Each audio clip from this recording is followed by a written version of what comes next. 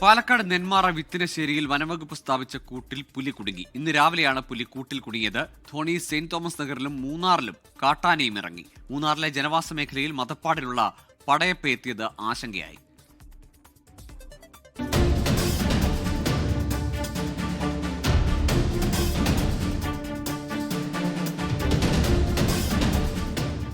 ജനവാസ മേഖലയിൽ ഇറങ്ങിയ പുലിയെ ആക്രമിക്കുന്ന വളർത്തുനായയുടെ CCTV ദൃശ്യങ്ങൾ സമൂഹമാധ്യമങ്ങളിൽ വൈറലായിരുന്നു. ഇതുൾപ്പെടെ ജനവാസ മേഖലയിൽ പുലി സാന്നിധ്യം രൂക്ഷമായതോടെയാണ് പാലക്കാട് നെന്മാറ വിത്തനശ്ശേരിയിൽ വനംവകുപ്പ് കൂട് സ്ഥാപിച്ചത്. ഇന്നലെ രാത്രിയോടെ പുലി കൂട്ടിൽ കുടുങ്ങി. പോത്തുണ്ടി ഫോറസ്റ്റ് ഓഫീസിലേക്ക് മാറ്റിയ പുലിയെ വൈദ്യപരിശോധനയ്ക്ക് ശേഷം കാട്ടിലേക്ക് തുറന്നുവിടും.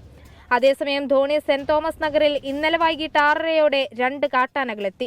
വൈദ്യുതി വേലി തകർത്താണ് ആനകൾ ജനവാസ മേഖലയിലെത്തിയത്. വനംവകുപ്പും RRTയും നിരീക്ഷണം തുടരുകയാണ്.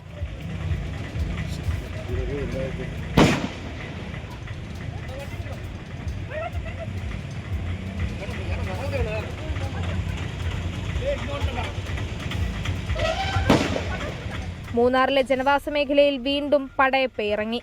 മൂന്നാർ ടൗണിനോട് ചേർന്നുള്ള പ്രദേശത്താണ് കാട്ടാനക്കൂട്ടത്തോടൊപ്പം പടയപ്പ എത്തിയത്. മതപ്പാടിലാണ് പടയപ്പ. News desk 24. ലോകത്തെവിടെയായാലും ഏത് സമയത്തും 24 വാർത്തകളും ഓഗ്മെന്റഡ് റിയാലിറ്റി പാക്കേജുകളും എക്സ്പ്ലെയിനറുകളും വിശദമായി കാണാൻ ഞങ്ങളുടെ YouTube ചാനൽ നിങ്ങൾക്ക് സബ്സ്ക്രൈബ് ചെയ്യാം.